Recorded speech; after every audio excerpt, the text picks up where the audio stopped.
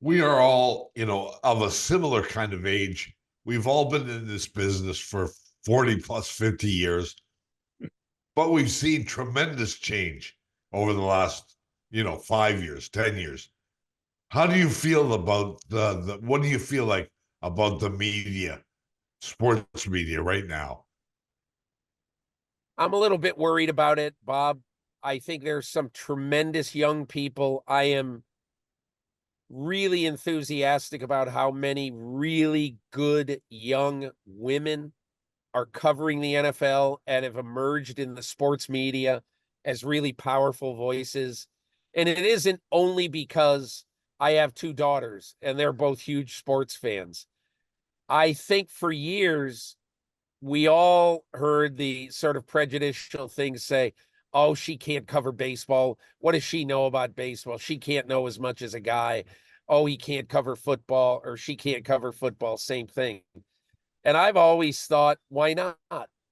If they watch the game as much as men do, there's absolutely no reason why a woman, Jordan Rodriguez of The Athletic, is tremendously smart. Kaylin Kaler of The Athletic, breaking a lot of stories in the NFL. They know they're really, really good. So I think that is good. What worries me is kind of the dissolution of so many different forms of media, and especially small local media groups, small newspapers in towns. They disappear. Well, who's going to hold the people in those towns to account? That really worries me, not only in the United States, but in Canada and everywhere. Um, it's bad to not have watchdogs out there.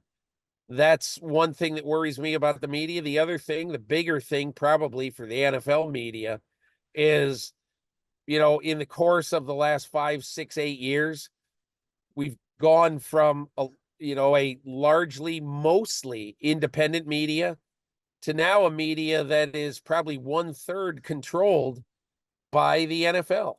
Mhm. Roger Goodell signs the paychecks of people who cover every team, of people who work electronically, and do the TV and do all sorts of websites that Roger Goodell signs their paycheck.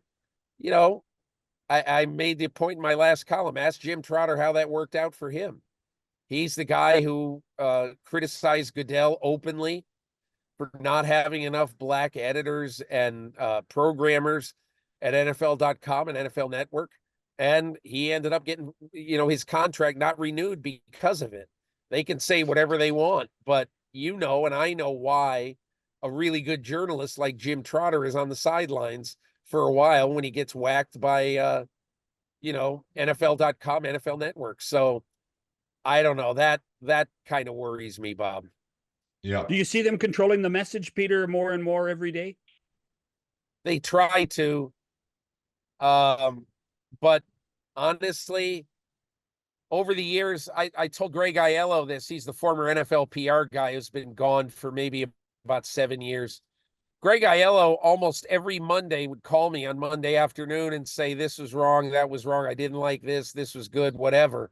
I mean, he read my column word for word. Um, Nobody in the NFL calls me anymore, maybe once a year. They just it isn't like they don't care. I know they read it. I have indications that they read it, but it's just that they don't care anymore. And if I criticize them, they just don't pay any attention to it, because they have so many people who are going to back them.